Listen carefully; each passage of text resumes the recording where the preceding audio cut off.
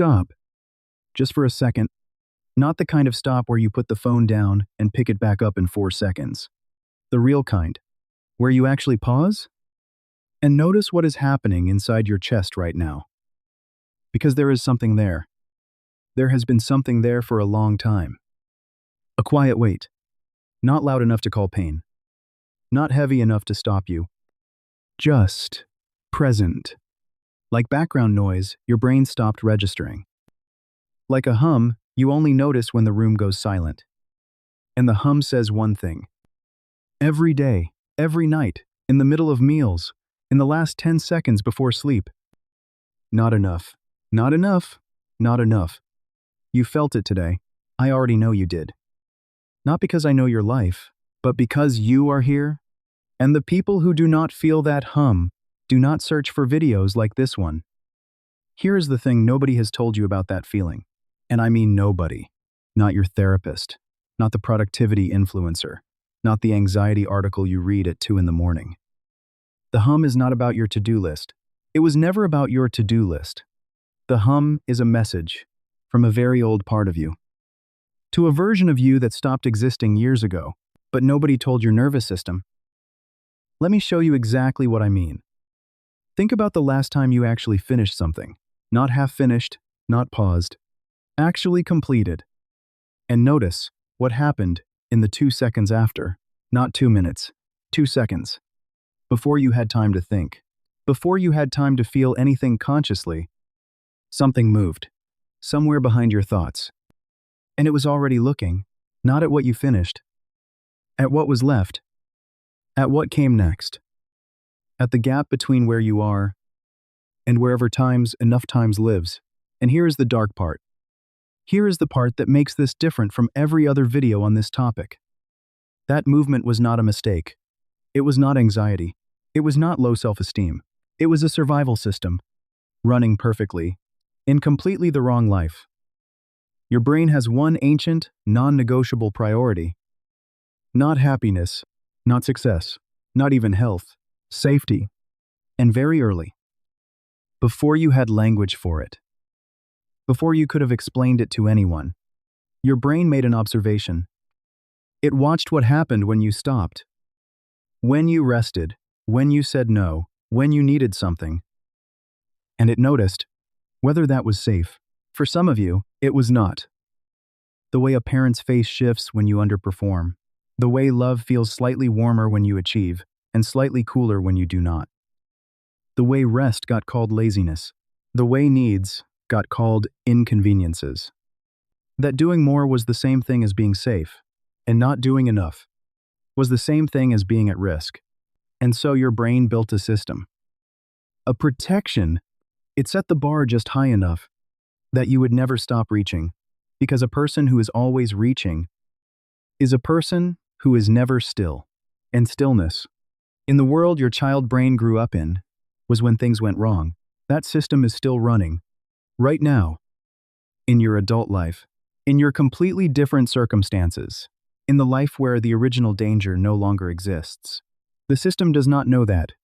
Systems do not update themselves. They just run, generating the hum, not to hurt you, not because something is wrong with you, but because it is doing exactly what it was built to do, protect you, by making sure you never feel done. Now here is where it gets darker, and I need you to stay with me, because this next part is the one that actually changes something. The feeling of not doing enough has a second function, one that is harder to look at, one that is almost impossible to admit. The feeling keeps you from something, not from rest, not from peace, from a question. The question your mind has been expertly avoiding for years, maybe for your entire adult life.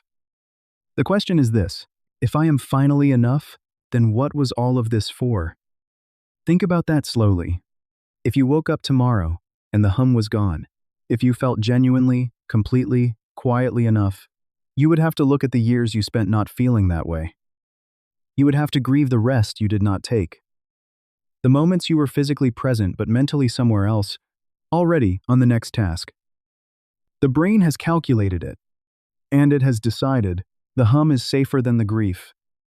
Keeping you moving is safer than letting you stop and feel what all the moving cost. This is not low self-esteem. This is not a productivity problem. This is your mind protecting you from your own history with the only tool it has ever known how to use. Forward motion. More. Next. Not enough. Not yet. Keep going. There is a third layer. And this one, I want you to hear very carefully. Because this one is not about your childhood. It is not about your psychology. It is about something that was done to you. Deliberately, systematically, there are industries, enormous ones, built entirely on the architecture of your not enoughness. A person who feels like enough does not buy the next course, does not download the morning routine, does not watch the video about the 5 habits of people who have their life together. A person who feels enough is a terrible consumer. The not enough feeling is not your weakness. It is a product, and you have been consuming it every single day without ever seeing the label. So what actually changes this? Not the list, not the routine, not the productivity system. Because here is what happens when you try those things. You do them, and the hum gets quiet for maybe 11 minutes. And then it comes back. Because you did not change the system, you just gave the system new material to evaluate. And the system evaluated it and found it insufficient, as it always does, as it was built to do. What actually changes this is a question, not an answer. One question that you have probably never asked. Because nobody framed it this way. Enough for what exactly? Not. Did I do enough? Not, am I enough? Those questions accept the premise. They stand inside the system and ask the system to judge them.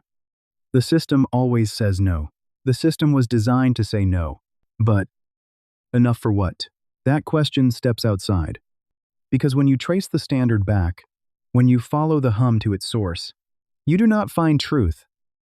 You do not find an objective measure of human worth. You find a moment, specific, small. A child reading a room, an environment that taught a particular lesson, a system that got built for one world and never got updated for the one that came after. And the moment you see that, really see it, the hum does not disappear, but it changes.